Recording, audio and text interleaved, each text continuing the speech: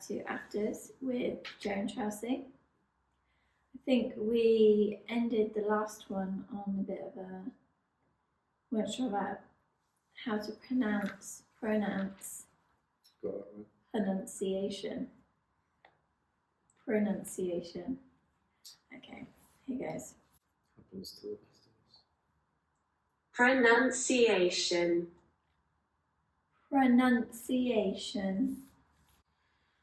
What did you call it? I mean, in my defence, I got pronounced right, so No, 50%. no, I'm not giving you that. Pronounce was never in debate. It was pronunciation. Pronunciation, you were saying. Yeah, English language is stupid anyway. What did you get in English? Anyway. I got B. I'm moving on. Now that's done. Feel good, that? Yeah, it feels really good. So your whole demeanour has changed. Or aura. Yeah, but I just feel like you were so sure of yourself. So on top of my I just had to make a point about all of it. ego. Thank you. Okay, today's episode, we've got some questions to answer. Last episode on fasting for... And something that is just bugging me a lot, and it might be bugging you, I think it is bugging you, but I'm at the point now where I'm just going to talk about it. The thing is just so annoying for me is people going onto social media and belittling other people, telling them that they're stupid or telling them that, you know, what they believe or what they're following isn't correct in terms of fasting and weight loss and all the rest of it. And I'm just like, whose opinion is correct? The only opinion that's correct in your eyes is your opinion. Yeah. So why do these people feel the need to cause such confusion and make people feel small? Because that's what they're doing when they say things like, you clearly don't know what this is if you're, you know, doing fasting for this reason or whatever. Yeah. And it's just, yeah, I'm just, like, we're doing this podcast because we're just so interested in all the topics of self-growth. We've been on the journey ourselves, we've been enjoying it, and hopefully through kind of what we say, the podcasts we recommend, the books we recommend, we can help people on their journey discover what works for them. Yeah. But people's opinion is just an opinion. Yeah. And I think that is what is so misconstrued on social media at the moment, particularly when it comes to weight loss videos and fasting. There's a lot, it seems there's a lot of bashing going between at the moment. Maybe it's just because it's our news feed, but if anybody else is experiencing this. Yeah. And I just think your opinion, you know, people have opinions on everything. What faith you choose to follow is your opinion. What faith you choose to believe is real is your opinion. If you choose to believe that fasting works for you, that's your opinion.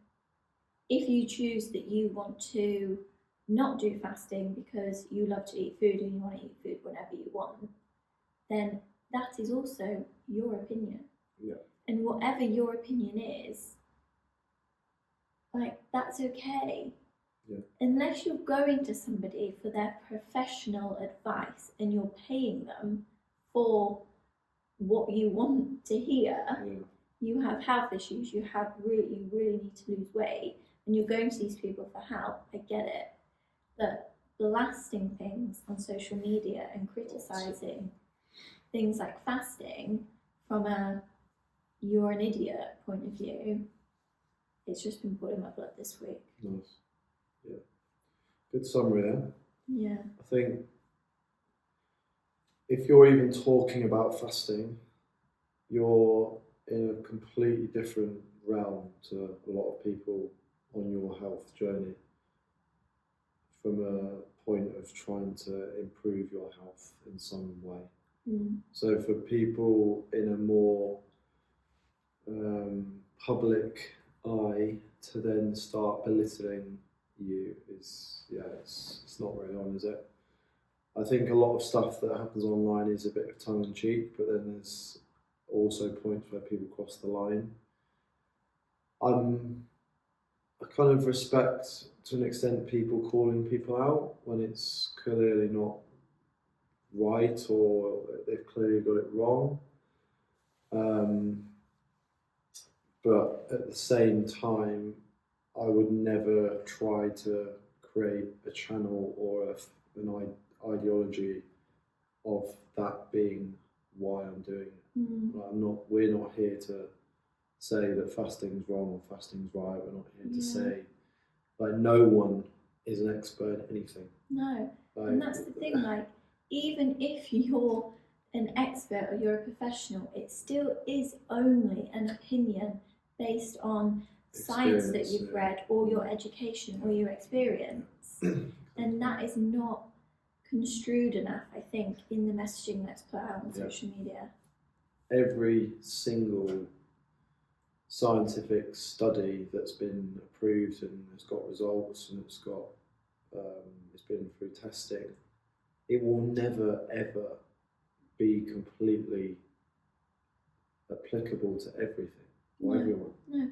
So it's you can have a lot of studies that come out and say this, even with what we've said before with fasting. This is just what we've listened to and read.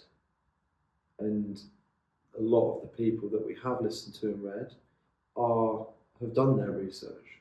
It's not someone with a completely different degree trying to blast on Facebook or social media or Instagram about something that they haven't studied themselves. We're quoting what has been said by people that it's their life's work about that topic. Again, we're not saying it's completely true and it's not going to appeal to everyone. And having said that, fasting isn't going to be for everyone. No, it's not.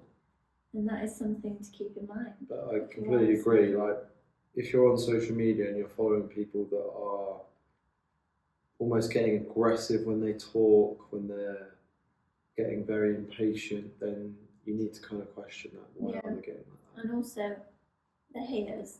Yeah. It's your life. You decide what works for you, and then just go for it. Nice. What a way to start the podcast. I know. If anyone's got anything else Proved you wrong and got to rant. If anyone's got any rant topics they want to talk about, let us know. Get them on the pod. Yeah, please send in. I love a good rant. It really just. Yeah, go on, stress us. Yeah, lovely. Cool, what are we doing today then? Should we get to some questions? So, for answering questions, yeah? Yeah. So we've had an array of questions from family, friends on social media. So thank you firstly for everyone's engagement. Right. Depending on your age, should you break your fast with different foods?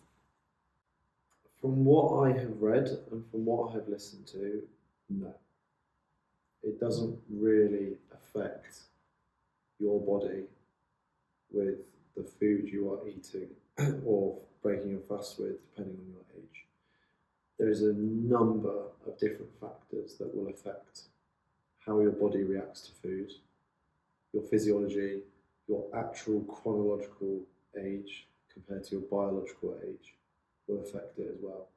So someone might have a biological age of 20, but they actually might have a chronological age of 30 because they are improving their health markers. So you can't really distinguish that avocados are going to be only good for you until the age of 40 to break fast with.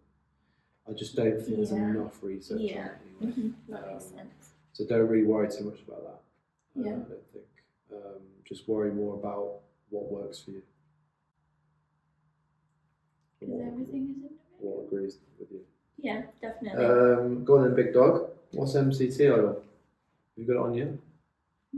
Yes, I do actually. So MCT oil, what is it? Is it worth it? And does it kind of can it be used for intermittent fasting? Okay, so for those of you that are watching, for those of you listening, we're about to see that this is the MCT oil that I've recently bought and started using. Brand placement? No, but if they want to get in touch and we do that sponsorship deal, and Silly name. Nature's way, yeah. If you're listening. So this one is, I've written this down, medium chain Triglyceride. triglyceride. Yeah. See, you can pronounce that. From coconut oil. So essentially it's just energy for your brain and your body. And I've only recently introduced it into my fasting lifestyle for when I do a 24-hour fast. And that is basically just to keep me ticking over without feeling too low. I don't know too much about it. You've done more research than me. My argument is, when, as a hunter-gatherer, would you ever got MCTO? Well, you would have eaten coconuts, wouldn't you? So coconut. So people on islands or climates of coconut trees. Yeah, it's extracted from coconut oil. So that's my argument then. Like, we don't really like too much processed things. You don't agree with that? It's not processed. But it's been processed to get to this point, isn't it? It's been extracted. Okay. Yeah. That's different because you're not making it, you're extracting it. So the readily availableness of it is not realistic, is it? It's not natural. So for me, personally, I don't really agree with it. But you have protein powder. Yeah. So I want protein. Whey protein powder. Yeah, I want more. So you don't agree with that, but you'll eat whey protein powder. I don't agree with that to kind of keep you in a fasted state, because it's not. What is the major impact of it? What's the biggest? It's like the things that you take when you're running. What are they? The gels. Yeah. It's like a form of, what is it that you? Electrolyte. Yeah. Well, electrolyte's different to an energy source. Well, it's not. Electrolytes give you energy. More to do with the process of the body, so it allows you to take in water, keeps you hydrated.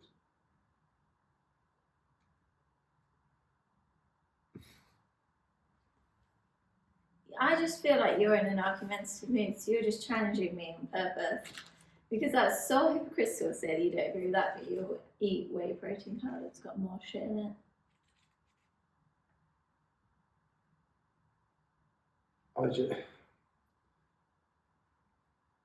This is the first that I've heard that you don't agree with it. You've got a valid point. How convenient. You've got a valid point with the protein comment. Thank you. However, if you're going to the extent of fasting and you're doing it to help your body, surely just keep it natural. But it is natural, that's the point. But that's like saying, like Chris Williamson does this whole thing about this concoction that he's like got from like lion's mane mushrooms or something, and it's meant to give you more focus and energy than coffee, and it's better to have in the morning. But because he's extracted it from somewhere and put it into a drink, like, again, that's not natural, is it? Like, coffee's natural. It's a bean. You just ground it and put it up to give you the benefits. Right? You can cut all that out. I don't know. I've heard that it's a natural. From Dr. Mindy? A natural, what's it called? Supplement. From Dr. Mindy? Maybe. There we go, it's phone's up. Anyway, you can cut that out. So I just had this urge to say. No, I don't want to cut it out. You can cut it out. No, I'm not going to cut it out. You can cut it out. No. Right. I'm going to show people your argumentative side. No. Yeah. Okay. So, using it for intermittent fasting, no, I wouldn't use it for intermittent fasting. Okay. For I would longer use fasts. it for longer fasts. So if I'm doing it 24, put it in my coffee, for example. You can also put it in like smoothies, yogurt, whatever. Does it taste anything? No, it doesn't taste of anything. Okay. Yeah, because it doesn't have things added to it. It's just natural. So it can cause gastric upset if you use it all the time. Okay. So I wouldn't. Your question? What window is the best time to fast? As in the number of hours to fast. I think that's what they meant, yeah. Again, it really depends on the individual. You can't really prescribe something for everyone. Obviously, in our last episode, we talked about the 2 episodes ago, we talked about what the different types of, some of the types of fasts are. So intermittent fasting, you kind of choose the restricted window that you eat in, and you give yourself from the last meal to the next meal. When you sleep, again, different fasts have different benefits. If anyone's looking for an amazing series to watch, we've just watched Limitless on Disney Plus with Chris Hemsworth, where he's trying to increase his longevity, and he does a 4-day fast in that, where he just has water and coffee, and obviously he talks about how difficult it is because he's not really done fasting before, so they highly recommend you avoid doing that because your body's just not used to it. Yeah, you ease yourself in. Ease yourself in like we have. Like we wouldn't have started with a 3-day, 4-day fast. We just started intermittent fasting, then we've gone to 24-hour fasts, then we've gone a bit longer. So it's just what you're wanting out of it, really. Like, depends, like are you wanting your to lifestyle, yeah. your hours yeah, that you work, yeah, your job, whether you are up until whatever hour in the morning. Yeah, so true. It's just, yeah. Individual, innit? Individual. There's no really one size fits all. Get out clause. What is the best time to eat when you break your fast?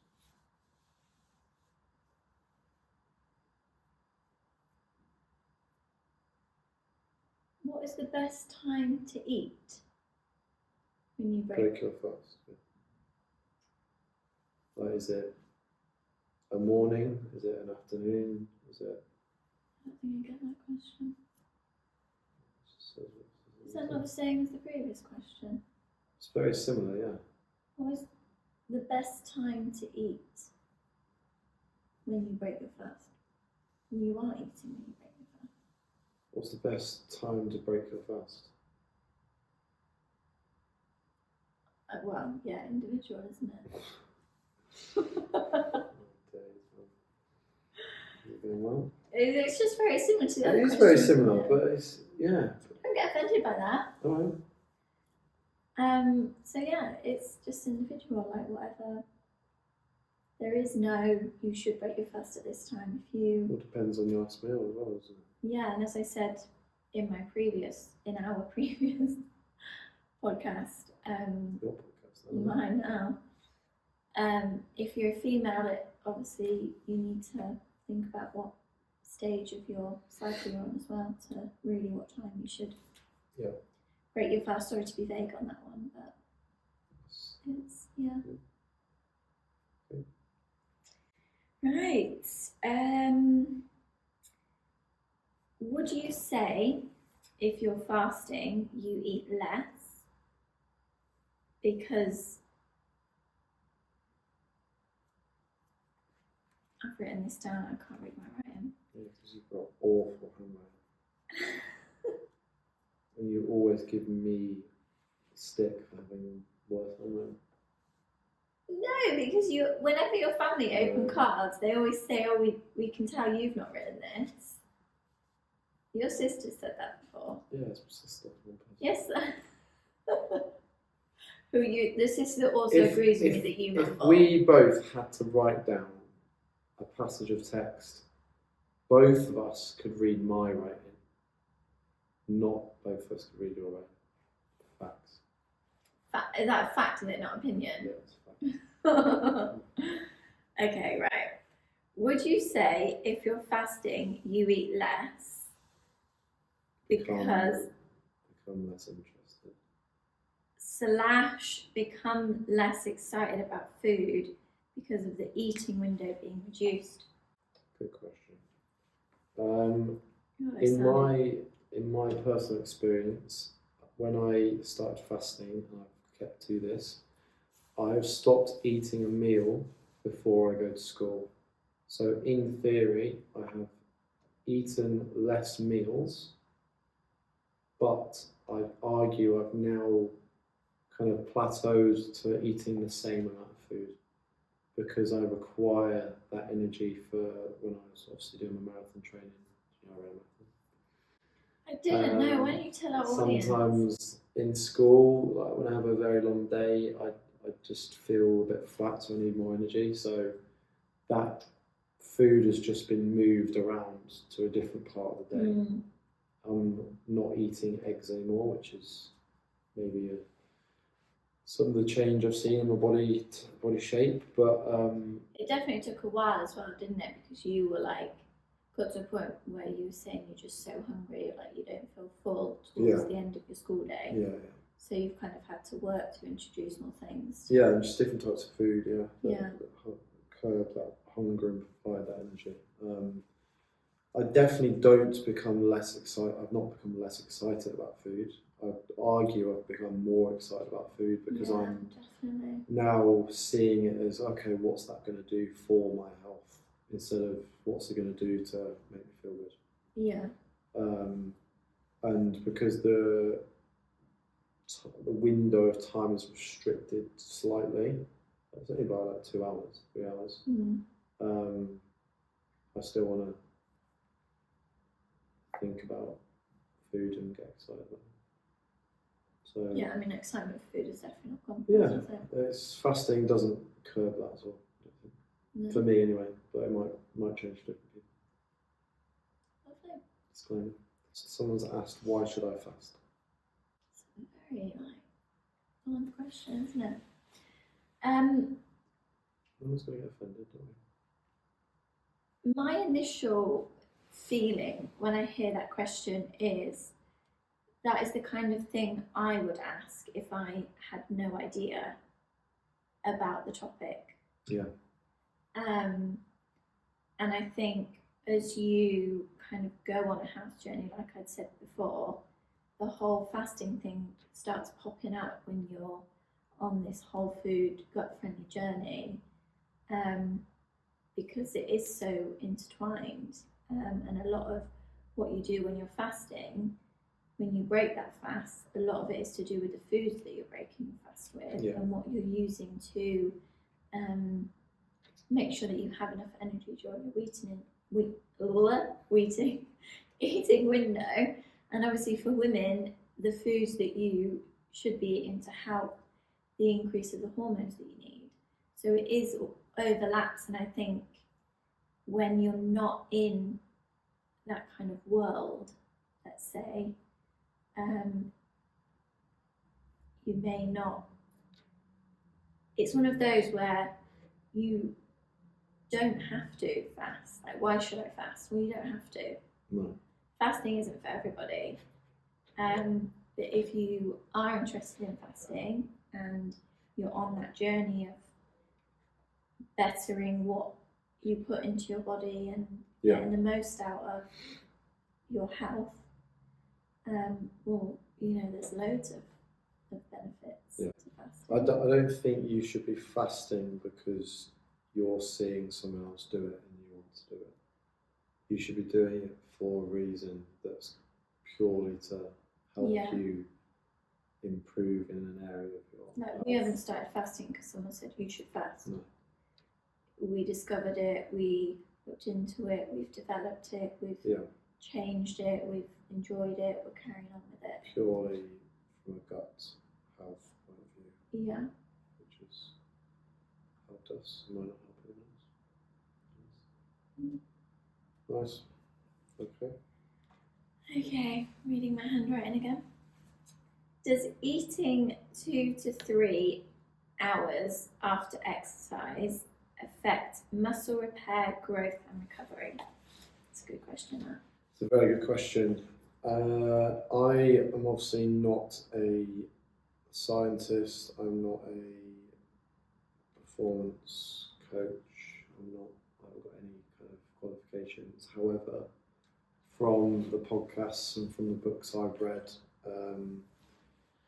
there's always been like a stigma around when you've been for, especially like a resistance training workout or a hard workout or strenuous workout where you've used your muscles, that then you're almost expected by society to have like a protein shake after. Otherwise, you won't reap the benefits from it. Now, I think what the difference is when someone who's new to training and new to these workouts, if they are untrained and they are starting their journey of building muscle, increasing strength, then they are going to need that protein quicker to help with muscle repair and recovery and growth, let's say up to 2 hours after their workout, compared to someone who exercises and works out a lot more often or frequently. They will not need that necessarily in a certain amount of time after their workout. Mm-hmm. So, for example, I've been actively going to the gym for over, we started when I was like 14, 15, so 15 years, about. From what I've read and from what I've listened to, it doesn't really matter if I have my protein shake an hour after or if I have it 7 hours after.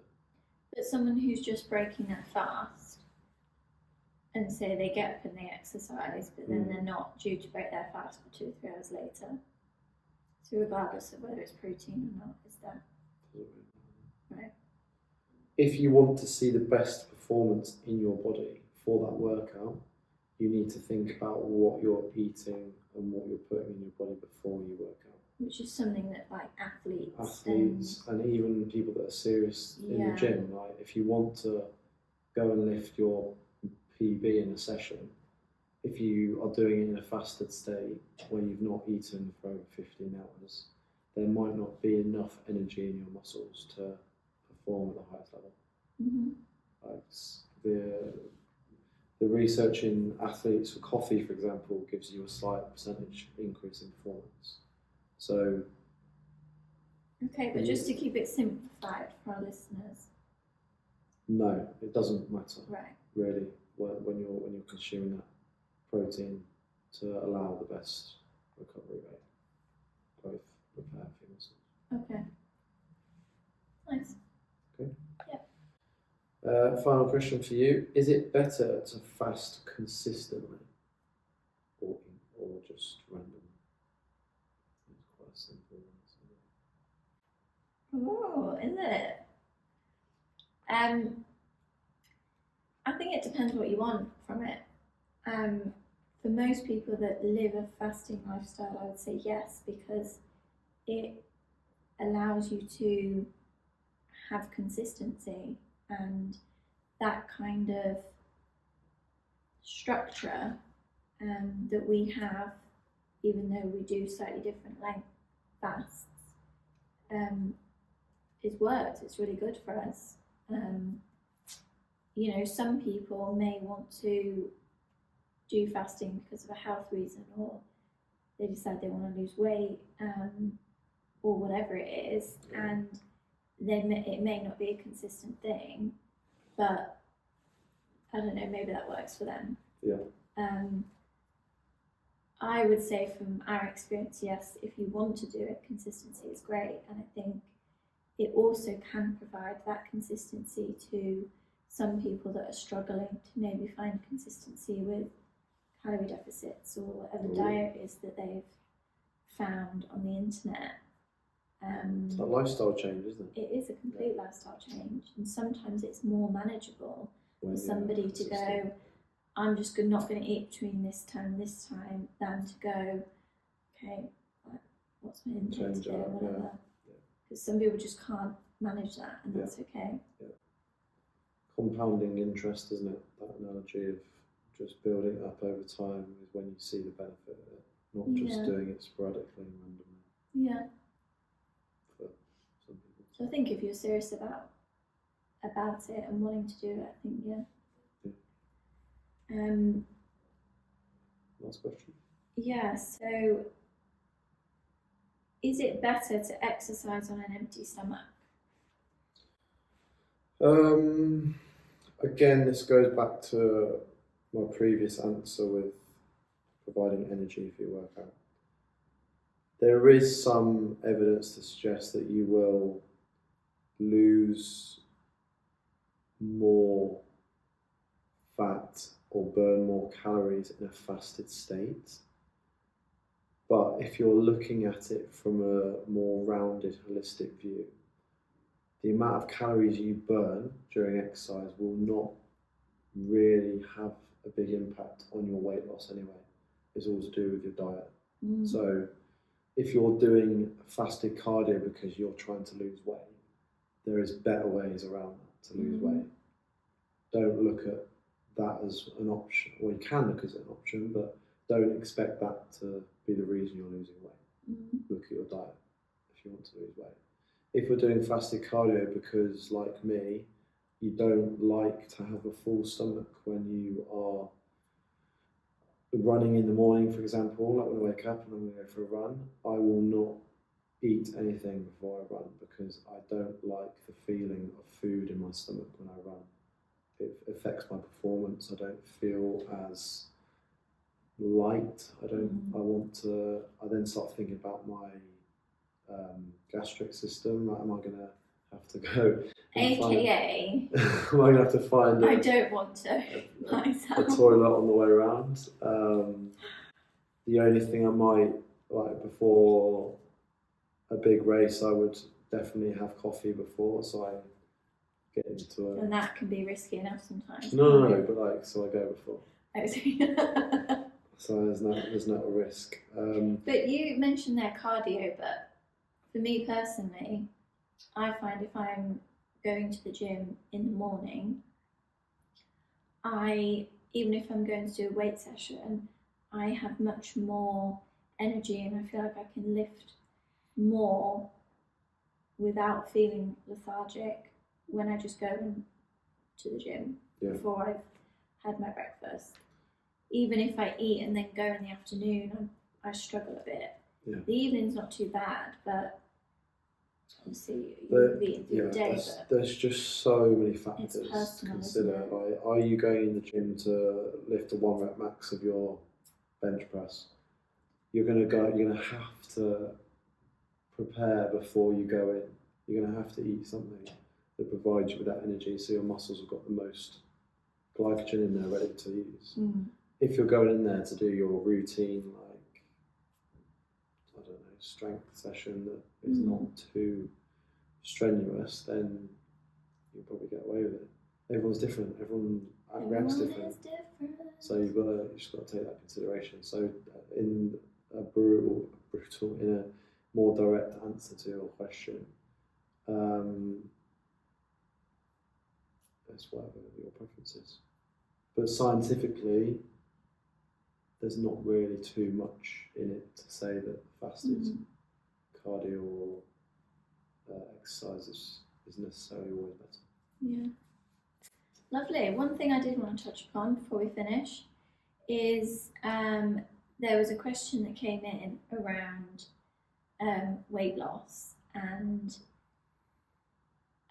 starving yourself, so not having any food intake, how that can cause no weight loss and in some cases weight gain. So you need to be eating food to lose weight. Right. My response to that is there is a scientific thing called ketosis, and that is where your body changes from using energy from the food that you're putting in your body to burn as energy, you're no longer putting food in your body, so it can't go to the food for an energy source. So it then goes to your fat stores and uses that as energy. And that's called ketosis. Yeah. If you're trying to lose weight, fasting is another option that you can explore. Yeah. If there are other options you can go down for weight loss, but fasting is also used as a weight loss tool. Yeah. I think you starving yourself from a point of saying, oh, I'm just going to not eat for this amount of time, is different to you saying, I'm going to do this type of fast for this long, and then I'm going to look at this food intake for the rest of my time. I'm going to do the exercising. Yeah, and you plan That's it a out. completely different mindset. Like you starving yourself, yeah, you are going to lose weight. But is it a healthy way? Is it the right way to do it? Probably not. So there is a way to technically starve yourself, but in a way of encompassing the other things with it. I just think that terminology is all wrong as well, isn't it? Starve yourself. Yeah. But no, it's a valid question, because I think I mentioned before, I used to think that you had to eat to increase your metabolism to lose weight. And that's, again, not necessarily true. Yeah. So, just look at your diet, look at your food, limit your ultra-processed food, get good sleep. I mean, with or without fasting, if you're eating whole food, you're doing pretty great, aren't you? Yeah. You're on your way. On my way. Okay, we'll see you next week, and we're going to be moving on to fermentation. How exciting. Right, have a good week, guys. See you soon. See you soon.